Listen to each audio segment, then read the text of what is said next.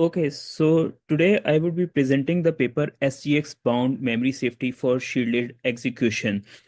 So before explaining the SGX bound, I'll explain what are the constraints of SGX, which are basically SGX bound paper are trying to like resolve. So Intel SGX offers shielded execution for the application code, where application code does get a protected region of memory known as enclave page cache, where data can be stored in a safe manner and executed where and no one else, a malicious actor, can snoop on that like data. And the way this particular feature is implemented is through encryption. So everything that gets stored in that protected region of SGX enclave, it gets encrypted, and when sort of it is read back, it is decrypted, so no one can get access to that region. But like there are still, this paper, as paper explains, there are still like a lot of like issues with this particular approach, that in that research shows that SGX enclave is not immune to memory safety attacks. If someone if application has bugs in itself, then it can still lead to leaking of secrets and confidentiality. Similarly, the page cache that is offered by SGX enclave is also very small. So that is another issue. Now, the since if we know like these issues exist with Intel SGX enclave, now we'll get to the second part, like what are the previous solutions that try to resolve these solution issues. So there are two kinds of prior approaches that were used to resolve the memory safety vulnerabilities of Intel SGX. The first is the software based sanitizer approach, where shadow memory is maintained, through which contains metadata for the memory allocated like objects. And memory allocated objects are also basically surrounded by the red zones, which are marked inaccessible by the address sanitizer, so that when application or anyone else tries to access those areas, so it is basically detected as a violation.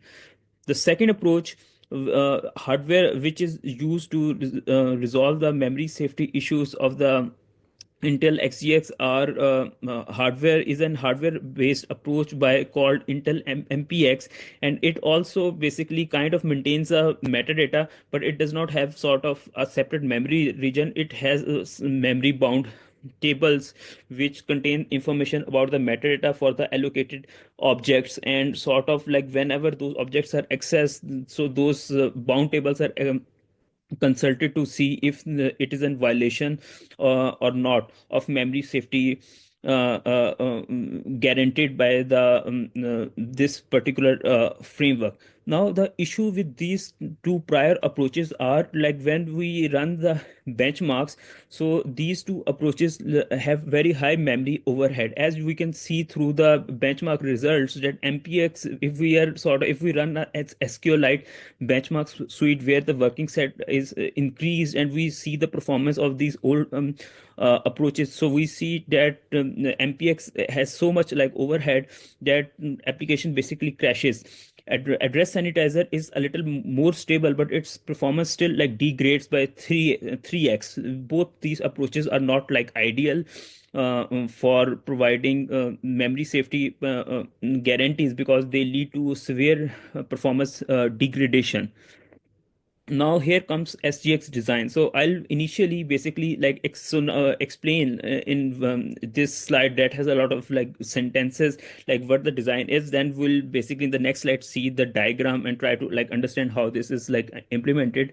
So Intel SGX bound, the way it works is that it leverages the fact that SGX addresses only uses the lower 32 bits of the addresses which lie in the enclaves page cache. So the if higher 32 bits are not used. So higher 32 bits are used to store the upper bound of allocated memory objects. For one particular example is that if we are sort of allocating 4 bytes and they're starting from the address 100, so the upper bound is 100 plus 404, and it's basically starts. So the upper bound would be stored, the 100 and value of 104 would be stored in the initial higher 32 bits of an address, and then the lower bound, which in our case is 104th like byte, that lower bound is stored at the address from where the allocated object memory stops. So let's say in this particular case, it is, if it is like 104 bytes, so we would pad 4 bytes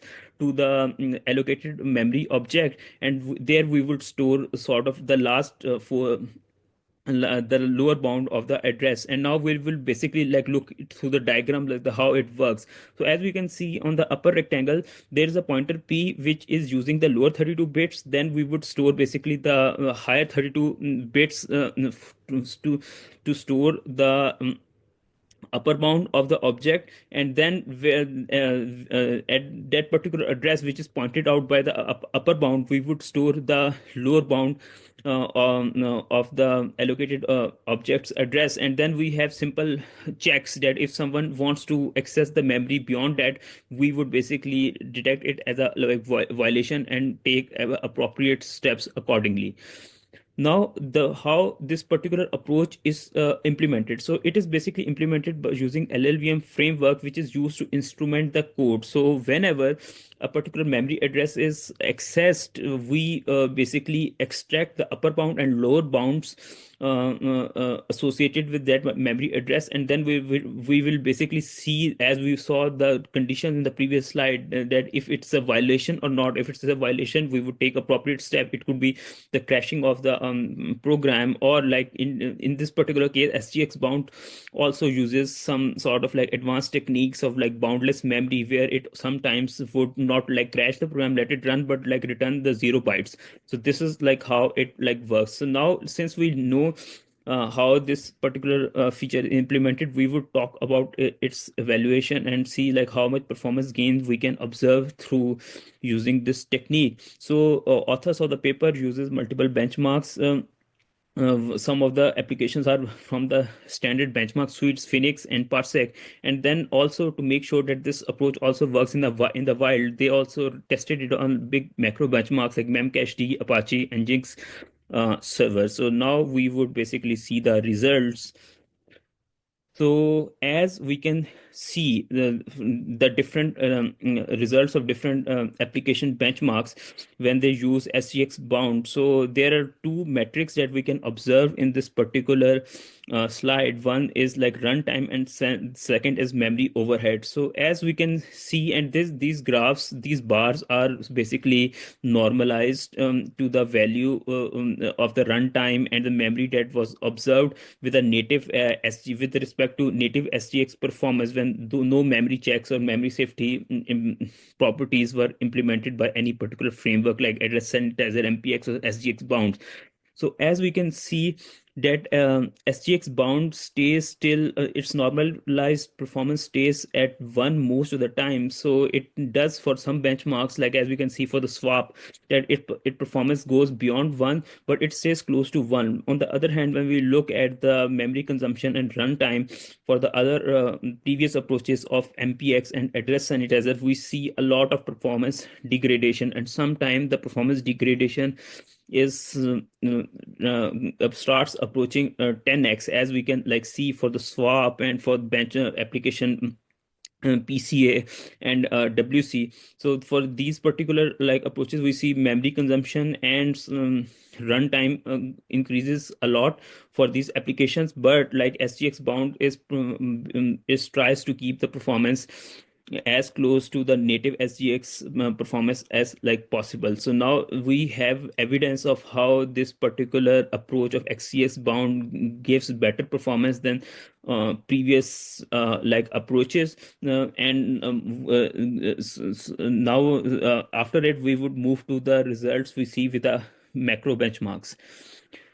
So, with respect to macro benchmarks, authors shared results of like what are the peak memory usage for different different macro benchmarks, we memory usage that we see when we use the three different memory safety frameworks: SGX, MPX, and address sanitizer. So again, as we saw in the previous slide, that performance of SGX bound is close to the native performance of SGX, which is almost like close to if we see the normalized performance, they are almost the same.